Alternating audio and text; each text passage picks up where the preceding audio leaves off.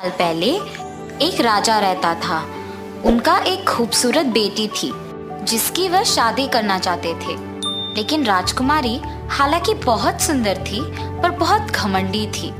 उसे बहुत गर्व था और उनका बुरा बर्ताव था और अपने पिता को बहुत चिंतित कर दिया।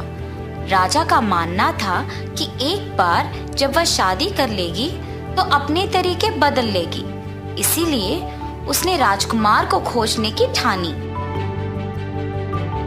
मेरे प्यारे दोस्तों, महान राजाओं और राजकुमारों, अब मेरी बेटी आपसे मिलेगी। राजकुमारी उन्हें देखते हुए एक आदमी से दूसरे आदमी के पास जाती रही।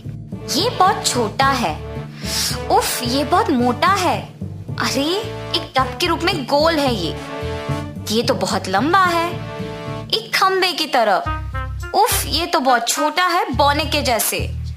राजकुमारी हर राजा, राजकुमार, ड्यूक सभी का एक जैसे मजाक उड़ाई। उसके पिता महान राजा गुस्से में थे लेकिन चुप रहे, पर जब उन्होंने दाढ़ी रखने वाले एक अच्छे राजा का अपमान किया तो राजा क्रोधित हो गए। उसे देखो, उसकी दाढ़ी एक पुरानी पोछे की तरह है, उसे घनी दाढ़ी कहा जाएगा। अब तक राजा ने अपनी बेटी के अशिष्ट व्यवहार को सहन किया और उन्हें बहुत गुस्सा आया। तुम्हारी हिम्मत कैसी हुई इन सब महान रईसों की बेइज्जती करने की? अब मैं आदेश दे रहा हूँ, आप वो पहले व्यक्ति से शादी करेंगे जो इस दरवाजे से प्रवेश करता है, चाहे वो एक राजकुमार हो या भिखारी। जल्द ही 2 दिन में राजा का इच्छा पूरा होगा, क्योंकि एक भिखारी उनके बगीचे के नीचे आया, बांसुरी बजाना शुरू कर दिया और भीख मांगने लग गया। इसने राजा का ध्यान आकर्षित किया और उसने अपने सैनिकों को आदेश दिया कि वह उस भिखारी को अंदर ले आए। उनके आदेश के अनुसार उन्होंने राजकुमारी को भिखारी से शादी करने के लिए बुलाया। लड़का हैरान था पर खुश था। हालांकि राजकुमारी ने रोया और विरोध किया, लेकिन राजा ने बात नहीं मानी और यह सुनिश्चित किया कि शादी हो जाएगा। अब तुम दोनों जाने के लिए तैयार हो जाओ। तुम यहाँ नहीं रहोगे, आपको अपने पति के साथ यात्रा करने की आवश्यकता है। और इस प्रकार भिखारी और उसके नवविवाहिता पत्नी ने महल को छोड़कर अज्ञात दुनिया की ओर चल पड़े। वे एक सुंदर जंगल पहुंचने तक लंबी और कठिन यात्रा करते रहे। ये खूबसूरत बागीचा किसका है? ये महान राजा घनी दाढ़ी का है। ओह मैं कितनी मूर्ख हूँ। उन्होंने अपनी यात्रा जारी रखी और बड़े मैदानी क्षेत्रों में पहुंचे। ये सुंदर घास के मैदान किससे संबंधित हैं? ये महान राजा घनी दाढ़ी से संबंधित हैं। ओह मैं कैसी मूर्ख हूँ। फिर वे एक बड़े सुंदर शहर में पहुंचे। ये खूबसूरत शहर किससे संबंधित है? ये भी महान राजा घनी दाढ़ी का है। ओह मैं कैसी मूर्ख हूँ, मैंने उसे ठुकरा दिया। आप ऐसे क्यों कहते रहते हैं? क्या मैं तुम्हारे लिए एक अच्छा पर्याप्त पति नहीं हूँ? राजकुमारी चुप हो जाती है और भिखारी उन्हें शहर के किनारे एक अकेले कुटिया में ले जाते हैं। राजकुमारी दंग रह गई थी। ओह ये कितनी छोटी है। आपके सभी नौकर कहाँ हैं? नौकर मेरे प्रिय, यहाँ सिर्फ आपको और मुझे सब कुछ अपने दम पर करना होगा, कोई नौकर नहीं है। उन्हें वहाँ कम भोजन मिला जो जल्दी खत्म हो गया। राजकुमारी तब से शांत होने के लिए बहुत कोशिश कर रही थी, क्योंकि उसको इन सब का आदत नहीं था। इसलिए भिखारी ने उसका मदद करने का फैसला किया।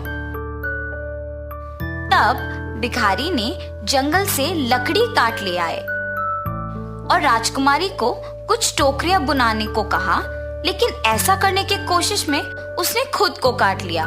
भिखारी ने गुस्से में कहा, आप खाना नहीं बना सकते, आपको बुनाई नहीं आता, आपको कोई काम नहीं आता, मुझे आपके लिए कुछ काम खोजना पड़ेगा अब।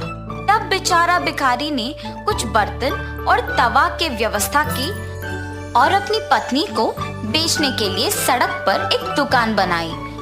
उसकी सुंदरता के कारण कई लोग उससे बर्तन खरीदने लगे। ये कुछ दिनों के लिए चला, मगर एक दिन उसने सड़क के किनारे पर दुकान लगाई और एक सिपाही नशे में आकर सब कुछ नष्ट कर दिया। राजकुमारी दंग रह गई और रोने लगी। मेरा क्या होगा? मेरे पति क्या कहेंगे? वह घर भाग गई और अपने पति को बताया कि क्या हुआ था। आप गली के बीच में दुकान स्थापित करने के लिए कितने मूर्ख हैं। वहां से हर कोई गुजरता है, तो आप ये काम भी नहीं कर सकते हैं। मैंने महल को दौरा किया है और पूछा है कि क्या उन्हें रसोई की नौकरानी चाहिए। उन्होंने कहा कि वे आपको काम पे लगाएंगे। अब आप एक रसोई नौकरानी के रूप में काम करेंगे। इस प्रकार राजकुमारी रसोई में काम करने लगी एक नौकरानी के रूप में। उसे चिमनी को, बर्तन को साफ करना था। दिन के अंत में वह कुछ मांस घर लेके जाती थी। यह कुछ दिनों के लिए चल रहा था जब उसे पता चला कि राजा के बड़े बेटे की शादी हो रही थी। वह सभी में उत्साह देख सकती थी, लेकिन अपने दुख को छुपा रही थी। शादी का दिन आ गया और तैयारियों जोरों पर थी। वह भीड़ को देखने के लिए खिड़की के पास गई और खुद में कह रही थी, अगर मुझे ये घमंड नहीं होता तो मेरी शादी धनीदारी राजा से होती थी। कि मैंने क्या कर दिया? तभी उसे अपने पीछे एक आवाज सुनाई दी। क्या मैंने अपना नाम सुना है? मेरी प्रिय राजकुमारी, मैं माफी चाहता हूँ। आपको ऐसे देख मुझे दुख हो रहा है। चिंता मत करो, मेरे साथ आओ। उसे औपचारिक हॉल में ले जाया गया। उसके पिता सहित सभी रईस मौजूद थे। वे सभी उसके हालत पर हंसे और राजकुमारी को बहुत बुरा लगा। मैं वास्तव में आप सभी से इतनी असभ्य होने के लिए माफी चाहती हूँ।